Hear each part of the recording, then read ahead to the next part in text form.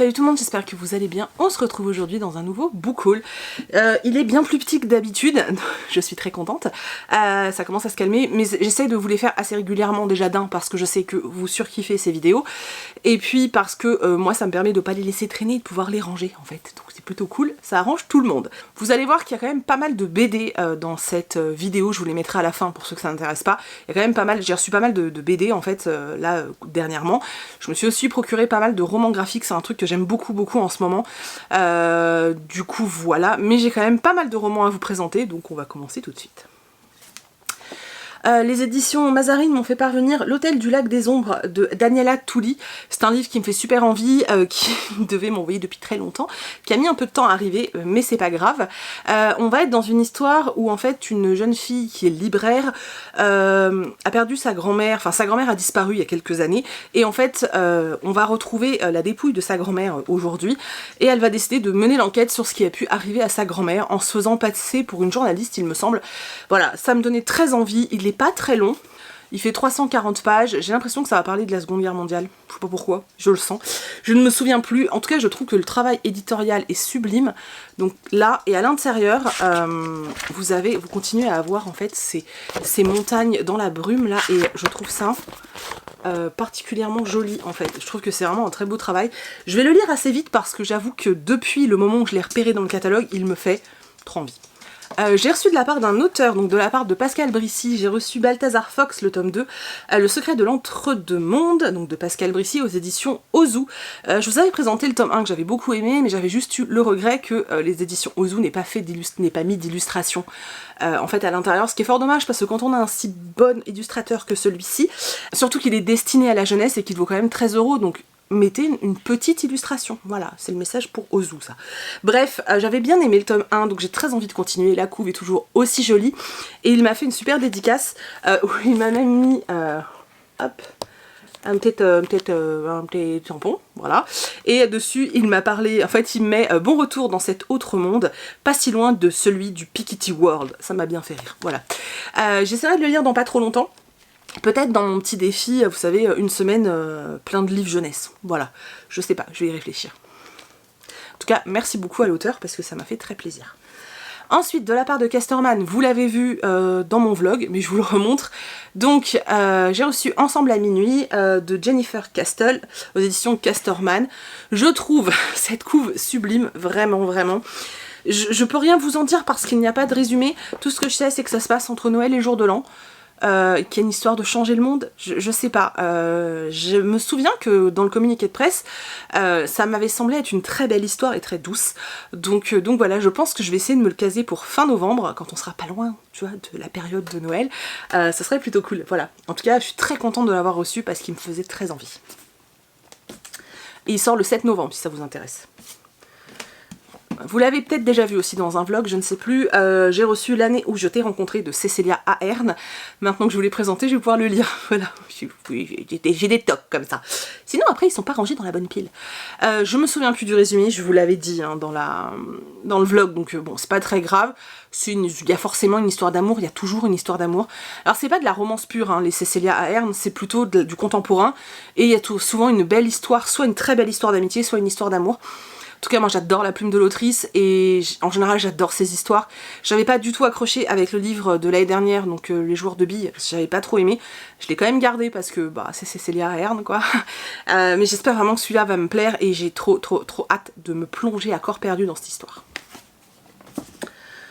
J'ai reçu de façon totalement inopinée, mais voilà, je vous le présente quand même, un livre de la part de Nathan, Des dieux et des boulettes, le tome 2, Panique Zéro Héros, de Maz Evans. J'avais déjà reçu le tome 1 que je n'ai pas encore lu, du coup, je peux pas vous en dire grand chose puisque je ne veux pas me spoiler.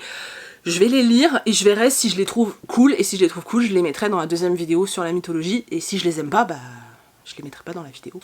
Ah, tout simplement. J'ai reçu de la part de PKJ, je regarde la date de sortie, Le 22 novembre, oui, je l'ai reçu vachement en avance. Donc, La mémoire des couleurs de Stéphane Michaka. Alors, je vais pas trop vous faire le résumé parce qu'il sort dans longtemps, mais je vais le lire pour vous en parler au moment de sa sortie. Et de toute façon, je vous en reparlerai au moment des sorties livresques. Mais vraiment, je me souviens que le résumé m'avait franchement tapé dans l'œil. Et puis Stéphane Michaka, je voulais voir ce qu'il faisait après sa saga, après la dernière saga qu'il a sortie, qui a quand même remporté un franc succès. J'avais envie de voir ce qu'il pouvait nous proposer ensuite. L'histoire des couleurs me plaisait beaucoup, donc j'avais très envie de découvrir voilà, ce qu'il pouvait nous être proposé. Mais je crois que ça fait 4 fois que je dis cette phrase. J'ai reçu aussi de la part de l'école des loisirs ce petit livre qui s'appelle Les Pozzi de Brigitte Smadja, illustré par Alan Metz, donc à l'école des loisirs. Alors ce livre est très très lourd, parce qu'en fait, alors déjà c'est du beau papier, hein. Enfin, franchement ils se foutent pas de nous, hein. Et surtout parce que vous avez des illustrations, je vous dis ça, voilà. Vous avez des illustrations en couleur. Enfin, c'est un très très bel objet livre. En plus, j'ai eu la très agréable surprise de le recevoir dédicacé de l'autrice. Donc merci beaucoup à l'autrice pour cette petite attention, ça fait toujours plaisir. Et merci à l'école des loisirs aussi. Pareil, je vais essayer de le découvrir assez vite, mais je vous jure qu'il pèse le poids d'un âne mort, quoi. C'est un truc de ouf. Donc je vais essayer de le découvrir assez vite. Il fait partie de la collection 9, donc 9 ans.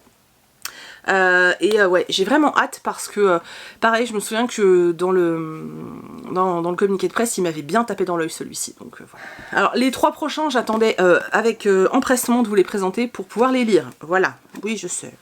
Voilà. Donc, L'Égaré de Donato Carisi, oui je sais, vous l'avez vu partout parce que tout le monde le présente.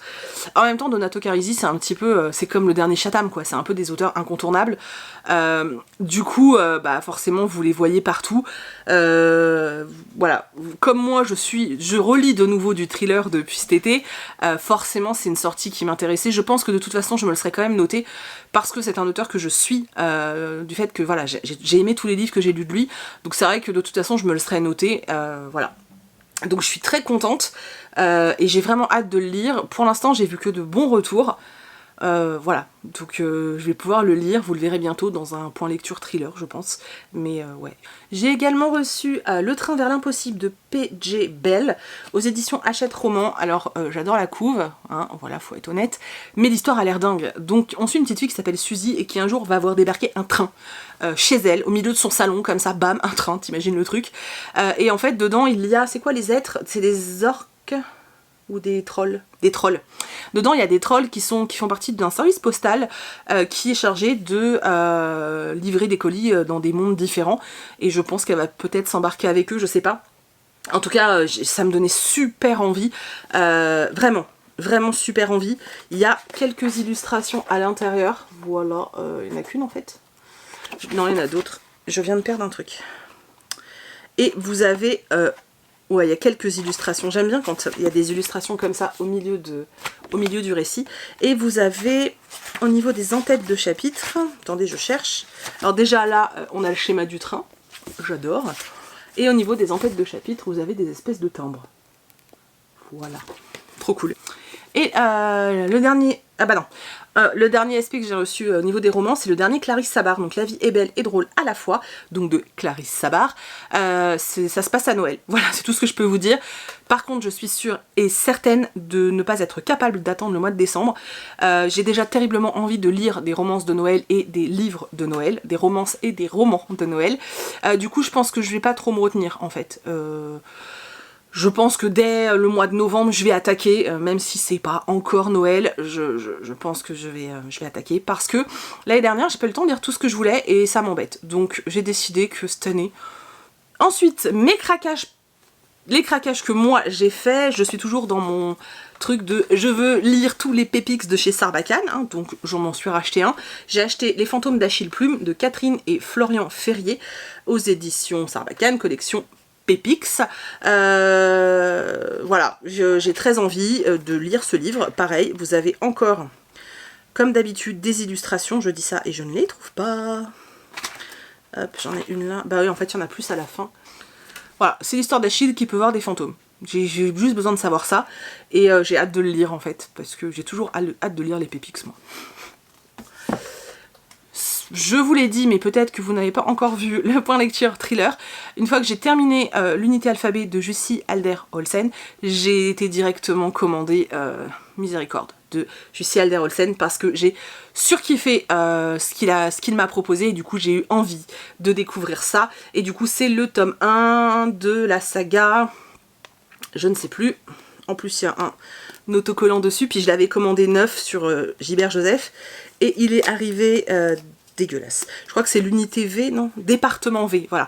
Donc c'est le tome 1 de la saga du département V. C'est du thriller, hein, donc voilà, je vous en parlerai bientôt parce que j'ai juste trop envie de le lire en fait, voilà. Par contre, il est tout défoncé là, voilà. Après, je me suis acheté 2 livres, alors je vais vous expliquer. Tombé. Donc, hop, putain, ils sont tellement beaux. Regardez comme ils brillent.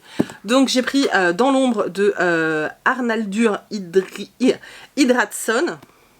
Et du coup, La femme de l'ombre de Arnaldur Indridason. J'ai demandé à la libraire si je pouvais le lire de façon indépendante parce que derrière il y avait écrit La trilogie des ombres, le tome 2. Donc je lui ai demandé, je dis est-ce qu'ils se lisent indépendamment ou est-ce qu'il faut suivre l'histoire? Elle m'a dit non, c'est des livres indépendants, il n'y a pas de souci, je les ai lus et tout et tout. Ok, je lui fais confiance. Donc j'achète ce tome 2 parce qu'en fait il n'y a que celui-ci qui était là sur place. Et puis j'ai commencé à faire des recherches, demander des avis autour de moi, et là on m'a clairement dit non, tu ne peux pas le lire, si tu n'as pas lu le tome 1, tu vas perdre trop de choses. Ok, donc merci madame la libraire du Cultura de Franconville, hein, merci.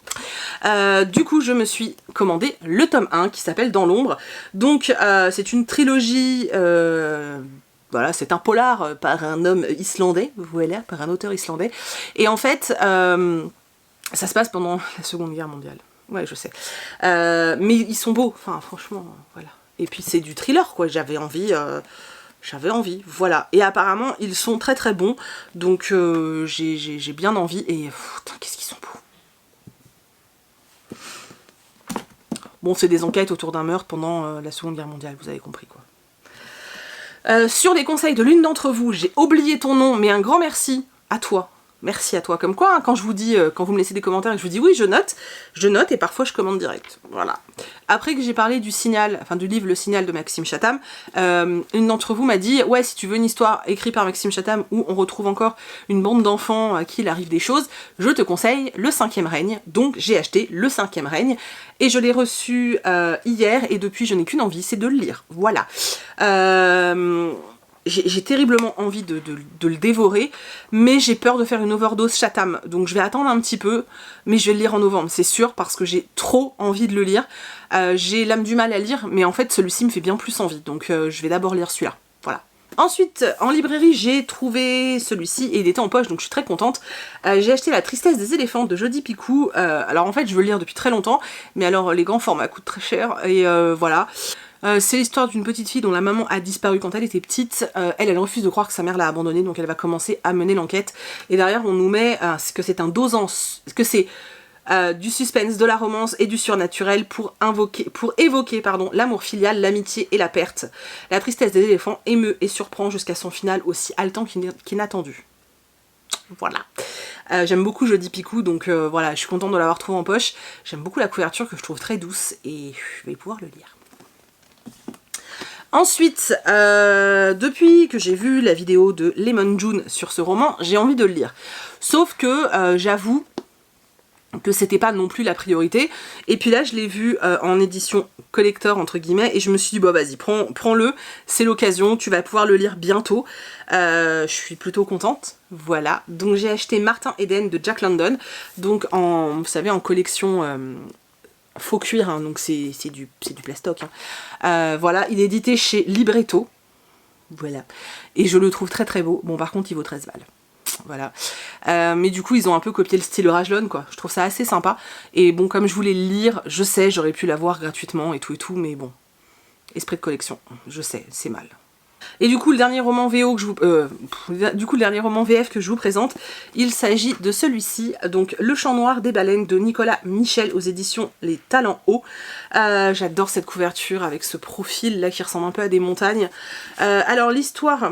alors, il me semble qu'on suit un petit garçon qui adore observer la mer et les baleines et qui va tomber un jour nez à nez, enfin en tout cas qui va voir un petit garçon noir naufragé en fait, et voilà, je me souviens plus exactement de tout, donc je vais m'arrêter là parce que je voudrais pas vous dire de la merde. Je vais le lire là très bientôt, alors vous le verrez, bon pas lundi parce que les livres de lundi sont déjà prêts, mais peut-être la semaine d'après ou celle d'encore après, mais en tout cas vous allez le voir tout bientôt parce que je l'ai acheté dans le but de le lire tout de suite. Voilà, il y a des livres comme ça où quand je les achète, je veux les lire tout de suite.